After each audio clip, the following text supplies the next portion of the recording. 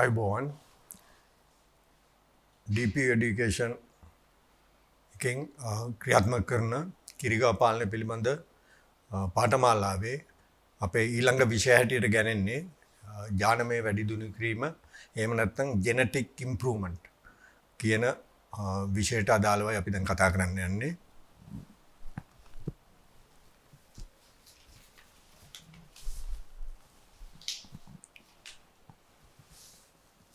මේක දැන් ඔයාලට පේනවා ඇති අභිජන්‍ය එහෙම නැත්නම් ඥානමය වැඩිදියුණු කිරීම කියන එක. එහෙම නැත්නම් ඉංග්‍රීසියෙන් කියනවා නම් breeding genetic improvement කියන එකේ පරම්පරා ගති ලක්ෂණ වැඩිදියුණු කිරීමට භාවිත කරන්න පුළුවන් ක්‍රම දෙකක් තියෙනවා.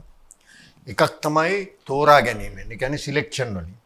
නමුත් මේ සිලෙක්ෂන් කරනවා කියන එක බොහොම දිගු කාලීන ක්‍රියාදාමයක්. මේකෙදී පරම්පරාව තෝරාගෙන හොඳේ තියාගෙන මේක යන්න ගොඩ කාලයක් ගත වෙනවා. එතකොට දෙවනි ක්‍රමය අභිජනනයෙන්. ඒ කියන්නේ බ්‍රීඩින් වලින්. ඒකින්ද මේ මුලයක කාලය ගත වෙනවා වැඩි හින්දා දැන් බහුලව භාවිතා කරන්නේ අභිජනනයෙන්. එහෙම නැත්නම් බ්‍රීඩින් වලින් කරන ක්‍රියාදාමය. මේකෙදී අභිජනන ක්‍රම කියන එකේ මේක ක්‍රම කියන එකේ පොඩ්ඩක් අකුරු වල පොඩි වෙනසක් තියෙනවා. ඒක හදාගන්න වෙයි. මේකේ අපි කොටස් හතරක් තියෙනවා. එක සුවා අභිජනනය. ඒ කියන්නේ ඉන්බ්‍රීඩින් කියන එක.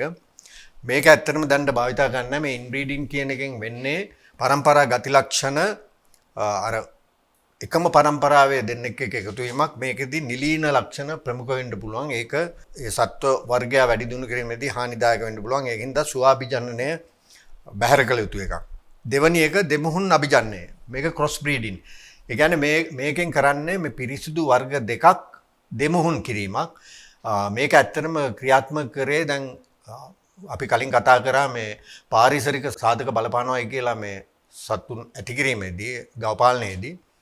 එතකොට දැන් උෂ්ණාධික පැතිවල පිරිසිදු යුරෝපීය ගව වර්ග ඇති කරන්න බැයි නම් ක්‍රමවේදයක් තිබ්බා. මේක දෙමුහුන් කරලා ඒ පාරිසරික සාධක වලට සුදුසු වර්ගයක් හදාගන්න. ඒ කියන්නේ ආසියාතික ගව වර්ග සහ යුරෝපීය ගව වර්ග දෙමුහුන් කරලා වර්ගයක් හදනවා. ඒක සාමාන්‍යයෙන් චර්ම පාරිසරික සාධක බලපෑමෙන් තොරයි.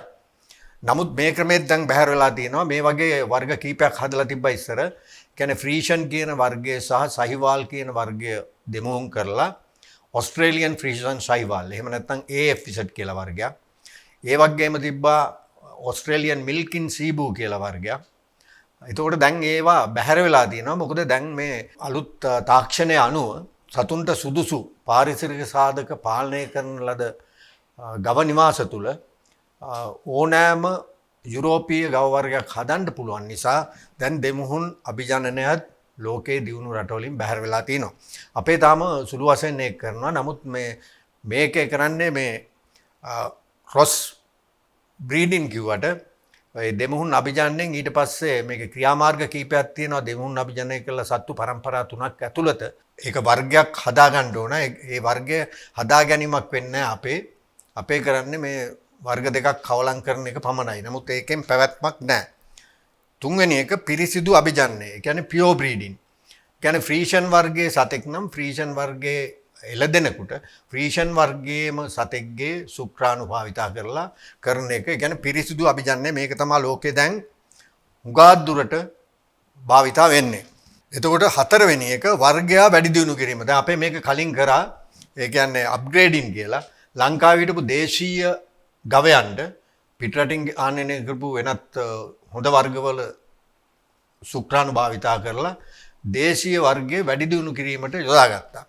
ඒ වගේම මම හිතන්නේ යුරෝප වගේ රටවල කරන්නේ නැහැ. නමුත් ආසියාතික රටවල කරා. නමුත් දැන් හුඟක් ආසියාතික රටවලත් මේ අප්ග්‍රේඩින් කියන එකත් නැවතිලා තින්නේ.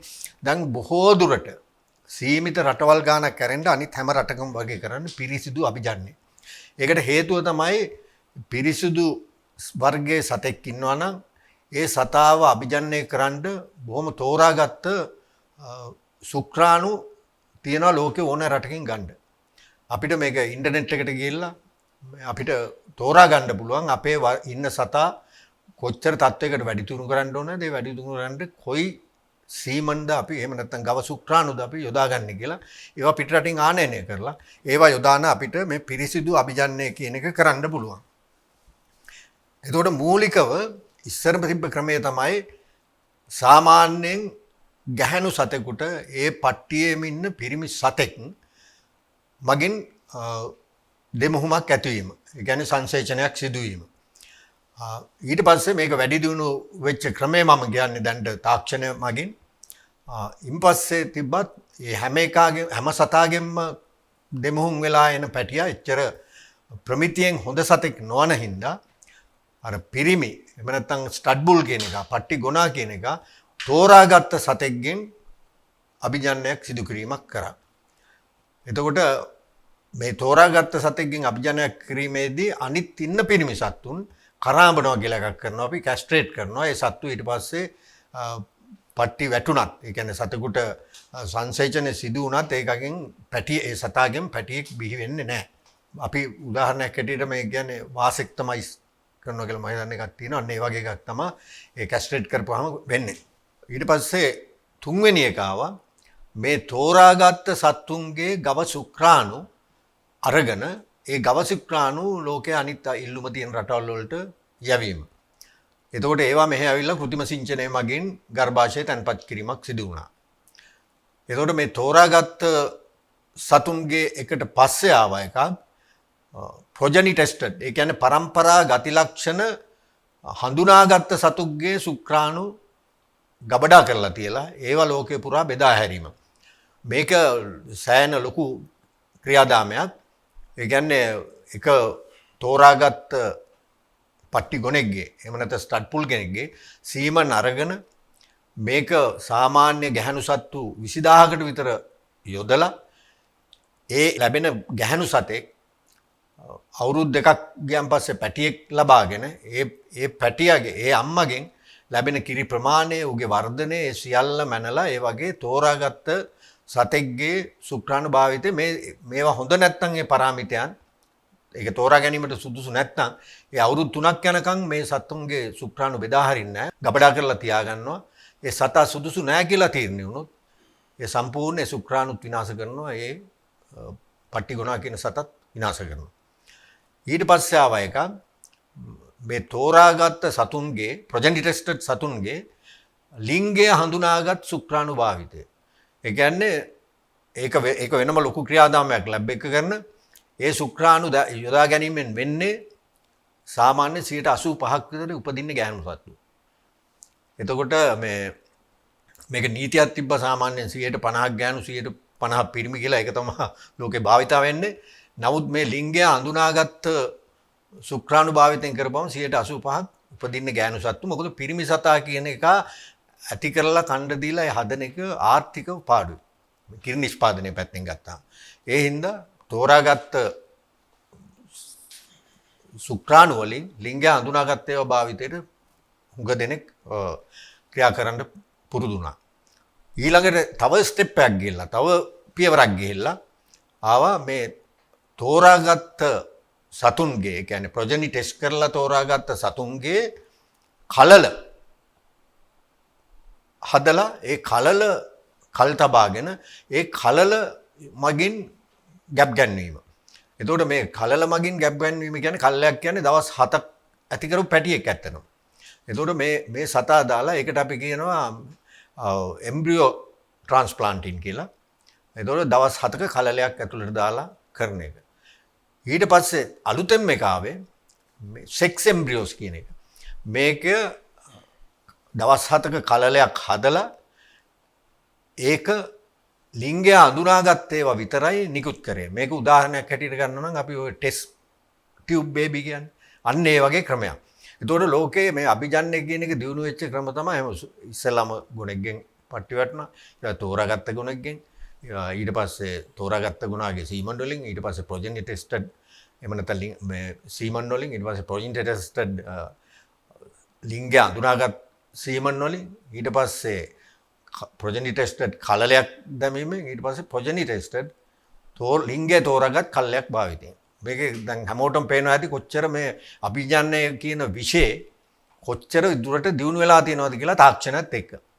එතකොට අපේ ලංකාවේ නම් මේ කලල බද්දේ කියන එක එකපාරක් කරා මං හිතන්නේ. කලල බද්ද 200ක් ගෙනල්ලා ඉන්පස්සේ ඒක කරුණා නෑ. නමුත් දැනට ලිංගය අඳුනාගත්ත ඒ කියන්නේ සෙක්සීමන් පාවිච්චි කරලා ලිංගය අඳුනාගත්ත ශුක්‍රාණු භාවිතා කරලා ගැප් ගැන්වීම කරනවා.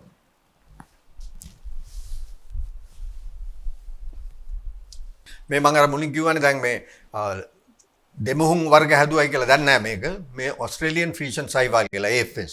මේක සහිවාල් ෆ්‍රීෂන් කියන වර්ග දෙක එකතු කරලා හදපු සතෙක්. මේක අර දේශ ගුණයට ඔරොත්තු දෙනවා වගේ කියලා උගා දුරට මේ ට්‍රොපිකල් කන්ට්‍රීස් වලට භාවිත කරපු එකක්. දැන් ඇත්තටම මෙහෙම එකක් මෙහෙම මේ සතුන්ගේ ශුක්‍රාණුවත් ගව ශුක්‍රාණුවත් දැන් ලෝකයේ දියුණු රටවල නැහැ. ඒතකොට මේ ඔස්ට්‍රේලියන් ෆ්‍රීෂන් සහිවාල් කියන එකට අමතරව තව වර්ගයක් තිබ්බා ඔස්ට්‍රේලියන් මිල්කින් සීබු. මේක මේ සහිවාල් ෆ්‍රීෂන් දෙමුහුමක්. එතකොට මේ වර්ගයත් ඉස්සර ලංකාවට ගෙනත් තියෙනවා මේ ගව ශුක්‍රාණු. නමුත් දැන් මේ වර්ගයත් ලෝකේ මොකද දෙමුහුන් සතුන්ගේ ඇතිකිරීමක් දැන් බැහැර වෙලා තියෙන හින්දා ඇතිකිරීම මේ වර්ගයත් දැනට ශුක්‍රාණු ලබා ගැනීමට තැනක් නැහැ. ඊට පස්සේ මේ ගිර්ලන්ඩා මේක තමයි අන්තිමට වගේ ආපු එක. මේක මේ ගීර් වර්ගයත් ගීර් කියන ඉන්දියානු වර්ගයත් ෆ්‍රීෂන් කියන යුරෝපීය වර්ගයත් එකතු කරලා හදපු වර්ගයක්. මේක තාම සුළු වශයෙන් ලෝකේ භාවිතා වෙනවා. නමුත් දැන් ඇත්තටම මේ දෙමුහුන් අභිජනනය කියන එක කෙරෙන්නේ නැති හින්දා මේවා තරම් දුරට සාර්ථක නැහැ. ඒතකොට මේ ඥානමය වැඩි දියුණු කිරීමේදී සතෙක්ගේ ඇත්තටම මේ අම්මගේ දත්ත අපි ගාව තිබිය යුතුයි. ඒ කියන්නේ මව් දෙනගේ ඒ කියන්නේ ඒකේ තියෙන කොටස් හතරක් මූලිකව. එකක් තමයි බොඩි කන්ෆර්මේෂන්. ඒ කියන්නේ ශරීර සම්බන්ධ කරුණු උස දිග පළල බඩේ ඉඩ ප්‍රමාණය ඒ වගේ කරුණු. දෙවෙනි එක තියෙනවා අඩ කන්ෆර්මේෂන් කියලා. කියන්නේ බුරුල්ලේ තත්වය. ඒකේ කරුණු පහක් විතර තියෙනවා. ඒ කියන්නේ බුරුල්ලේ ගැඹුර ඊට පස්සේ බුරුල්ලේ පුඩු පිහිටලා තියෙන ආකාරය පුඩු වල ප්‍රමාණය මොකද කිරි මැෂින් එකකට එහෙම දැම්මොත් ඒ පුඩු ප්‍රමාණය පුඩු වල තියෙන ප්‍රමාණය එහෙම හරි වැදගත්. නැත්නම් ඒ මිල්කින් මැෂින් එකකින් කිරි ගන්න බෑ කිරි යන්ත්‍රයකින්. එතකොට බුරුල්ල ඉස්සරහට සම්බන්ධ වෙලා තියෙන්නේ කොහොමද? පිටිපස්සට සම්බන්ධ වෙලා කොහොමද? බුරුල්ල එන්ලාර්ජ් වෙන්න තියෙන. ඒ කියන්නේ වැඩි වෙන්න ලොකු වෙන්න තියෙන ඉඩ කොහොමද? ඒකට කියනවා මස්කියුලරිටි කියලා. ඒ වගේ ගොඩාක් තියෙනවා බුරුල්ල සම්බන්ධයෙන් බලන්න. ඊට පස්සේ තියෙනවා ලෙග් ඇන්ඩ් ෆීට්. මොකද මේ සතෙක් අවුරුදු ගාණක් ජීවත් වෙන සතෙක්ින්ද කකුල් හතර හොඳින් තියෙන්න ඕන.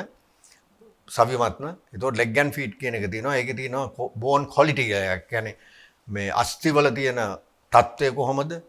ඊට පස්සේ කුරේ තියෙන දිග කොහොමද? ඊට පස්සේ හූෆ් ලෙන්ත් කියනවා ඒකට.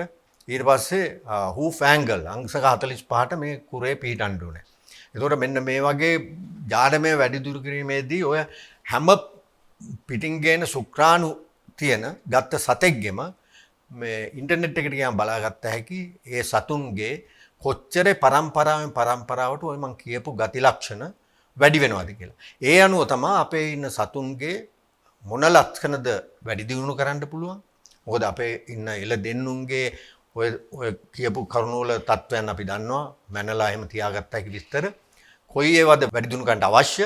එතකොට වැඩි දියුණු කරන්න අවශ්‍ය තත්ත්වයේ සුදුසු පට්ටි ගොනෙක්ගේ එහෙම නැත්නම් ස්ටඩ් බුල් කෙනෙක්ගේ ගව ශුක්‍රාණු අපිට ඉල්ලුම් කරලා ආනයන කරලා ඒක පාවිච්චි කරන්න පුළුවන්. ඒක තමයි දැන්ට හුඟක් වෙන්නේ. ඒකෙදි කිරි නිෂ්පාදනය කියන්නේ ප්‍රොඩක්ෂන් පැරාමීටර්ස් කියලා තියෙනවා. ඒකෙදි කිරි නිෂ්පාදනය ලීටර් ගාණින් කොච්චරක් දෙනවද ඒ පිරිමි සතාගේ ගව ශුක්‍රාණු පාවිච්චි කරොත්. කියන්නේ දැන් අපි ගාව ඉන්න එළදෙනගේ කිරි නිෂ්පාදනයේ ලීටර් 10 නම් උපරිම නිෂ්පාදන හැකියාව අපි ලීටර් 20ක් නිෂ්පාදනය කරන්න පුළුවන් පරම්පරාවක පට්ටි ගොනෙක් නම් ගව ශුක්‍රාණු නම් මේකට අභිජනනයට පාවිච්චි කරන්නේ. ඒකට 20යි මෙතන 10යි 30යි දෙකෙන් බෙදපුවාම 15යි. ඒක අපිට අපි දන්නවා උපදින පැටියා ලීටර් 15ක් නිෂ්පාදනය කළ හැකි සතෙක් කියලා. ඒ වගේ ගණන් හදලා මේ අභිජනනය කරන්න පුළුවන් ඒ ගව ශුක්‍රාණු වල තියෙන දත්ත ගත්තාම ඒ වගේම මේ ප්‍රෝටීන් ප්‍රතිශතය. දැන් අපේ නම් මේ ලංකාවේ හුඟක් කරන්නේ මේ මේද සහ මේද නොවන ඝනද්‍රව්‍ය ප්‍රතිශතය ගැන බලන්නේ. නමුත් ලෝකයේ මේ ප්‍රෝටීන් කියන එක විශේෂයෙන් බලනවා. මොකද ප්‍රෝටීන් තමයි මිනිසුන්ගේ ශරීර අවශ්‍යතාවයක් සෞඛ්‍යයට අවශ්‍යතාවයක්. එතකොට මේ ප්‍රෝටීන් පර්සන්ටේජ් එකත් අපේ ඉන්න සතාගේ ප්‍රෝටීන් ප්‍රතිශතය 3 නම් අපි 5ක එකක් පාවිච්චි කරොත් 5යි 3යි 8යි එතකොට අපිට උපදින පැටියාගේ කිරිවල ප්‍රෝටීන් 4%ක් තියෙනවා. මේද ප්‍රතිශතයත් ඒ වගේ මේ මේද ප්‍රතිශතයත් තියෙන එකාගේ අපි ගාව ඉන්න එක්කෙනාගේ 4 නම් අපි 5ක එකක් පාවිච්චි කරොත් 5යි 4යි 9යි 4.5ක් ප්‍රෝටීන් තියෙන කිරි නිෂ්පාදනය කරන සතෙක් හදාගත්තා.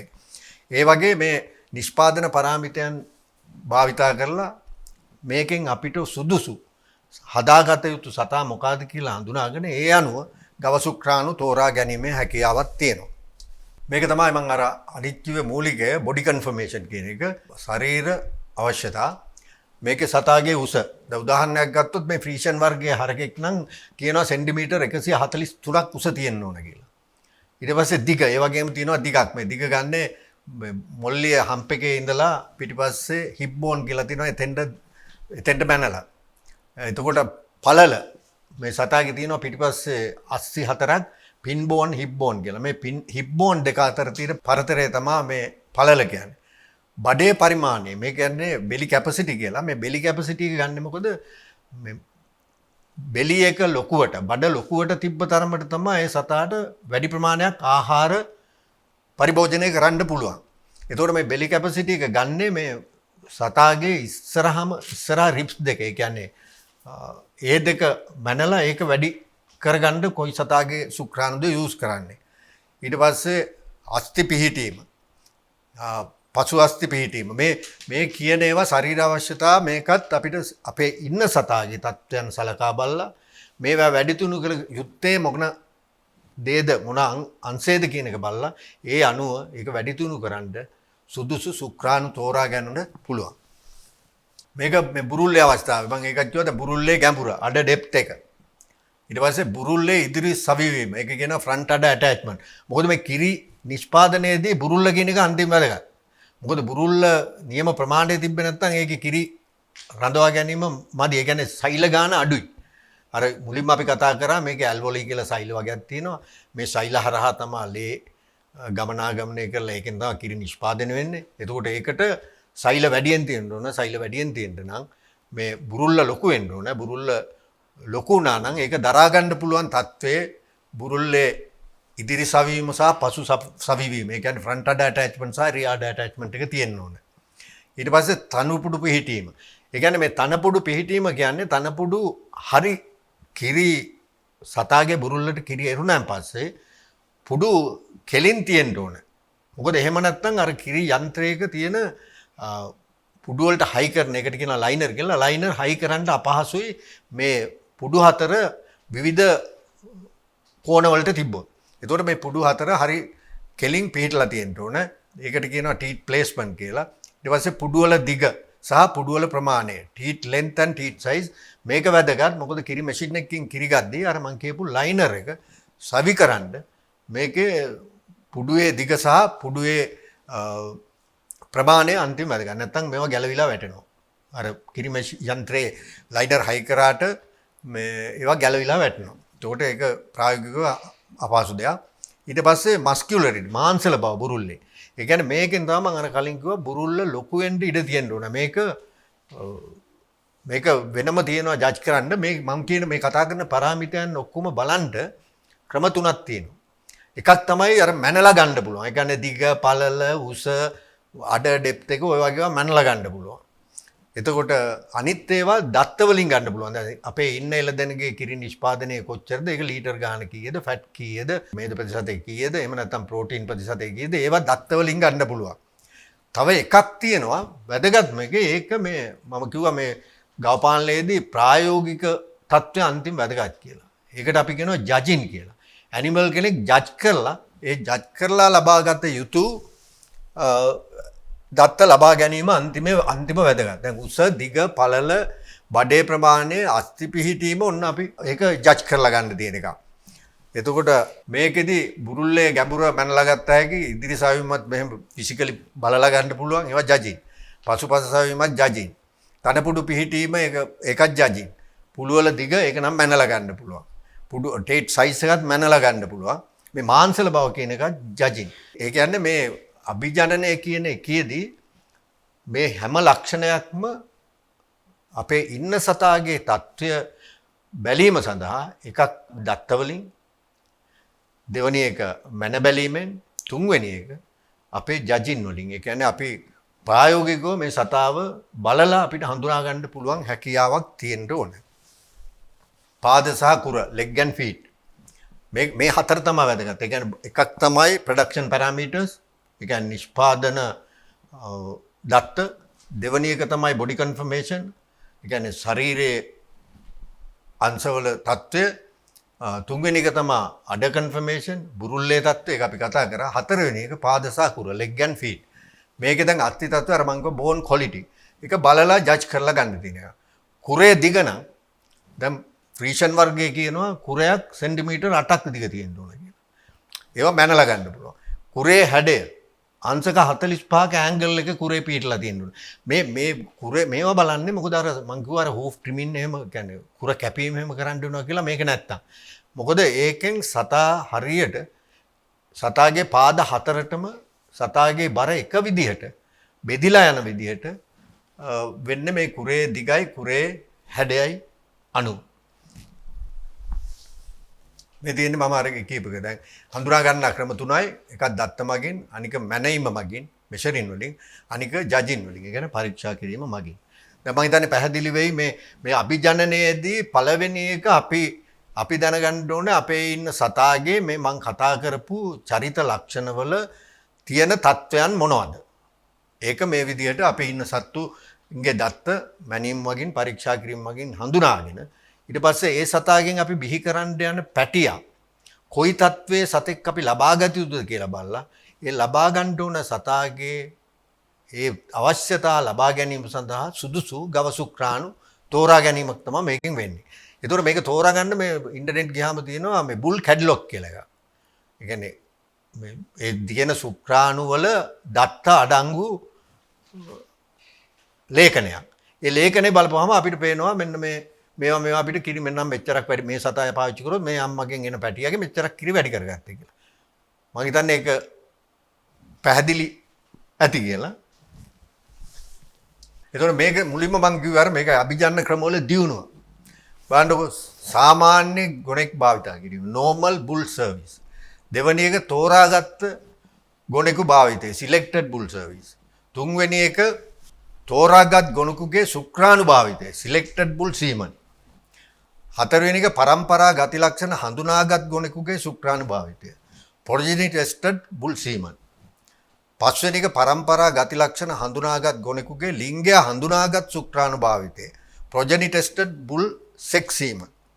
ඊට පස්සේ පරම්පරා ගති ලක්ෂණ හඳුනාගත් ගොනුකුගේ කලල භාවිතය progeny tested bull කෙනෙක්ගේ embryos. ඊට පස්සේ පරම්පරා ගති ලක්ෂණ හඳුනාගත් ගොනෙකුගේ සෙක්ස් එම්බ්‍රියෝස් කියන එක. කොච්චර දියුණු වෙලා තියෙනවද සාමාන්‍ය ගොනෙකුගෙන් සංසේචනය වීමට අමතරව දැන් ලෝකයේ මේ විෂය කොච්චර දියුණු වෙලා තියෙනවද? මේ මගින් තමයි වැඩි නිෂ්පාදන හැකියාවක් ඇති සතුන් බිහි කරගෙන තියෙන්නේ. ඒ කියන්නේ කිව්වනේ ලීටර් අපේ ලංකාවේ 2.5යි ඉස්සරමත් 2.5ක් 3ක් තියෙන ඇති දැන් ලීටර් 100 ගන්න හරක් ඉන්නවා. මේ ඥානමය වැඩි දියුණු කිරීම තුලින් තමයි මේක කරගෙන තියෙන්නේ. මේක මේ සාමාන්‍ය අපි ගන්නවා ආහාර දීම, ජලය සැපීම, ඒ වගේ ඒවා ෂෝට් ටර්ම් ඩිසිෂන්. මේවා මීඩියම් ටර්ම් ඩිසිෂන් හැටියට මේ මීඩියම් ප්ලෑන් එකේ කරන්න ඕන ඒවා. එහෙම කරොත් අපේ ගව පාලනය කියන එක ගක් දිනු වෙන්න ඇතයි. එතකොට මෙන්න මේකේ අභිජන්න ක්‍රියාකාරකම් වලදී මේ මෙන්ඩල් කියන විශේෂඥයා විද්‍යාඥයා මේකට කියනවා මෙන්ඩල්ස් තියරි කියලා. මේකේ තමයි 50% පිරිමි 50% කියන කතන්දරේ නිර්ණය වුණේ. නමුත් ඒක නීතියක් වුණා. ඒක හඳුන්වනවා මෙන්ඩල්ස් ලෝ කියලා. ඒ කියන්නේ ගැහණු හා පිරිමි අනුපාතය එකට එකයි. දැන් මේ සියල්ල අභිබවා ගිහිල්ලා දැන් 85% ගෑනු සත්තු බිහි කරන ක්‍රමයක් ඇති වෙලා තිනවා. මේක තමයි තාක්ෂණයේ අභිජනනයේ දියුණුව. ඒතකොට මේක හරි වැදගත් දෙයක්. මොකද ලීටර් 2 සතෙක් ලීටර් 80 100ක් වෙනකන් හදාගන්න මේ අභිජනනයේ ක්‍රියාකාරකම් වල වැඩි දියුණු කිරීම. මම හිතන්නේ දැන් අපේ අභිජන්‍ය කියන විෂය ගැන සෑහෙන දැනුමක් ලබා ගන්න ඇති. අපේ ඉදිරි පාඩම් වලදී අනිකුත් විෂයන් ගැන සාකච්ඡා කරන්න ඉඩ දීලා මම එතනින් අවසන් කරනවා මේ විෂය. ස්තුතියි.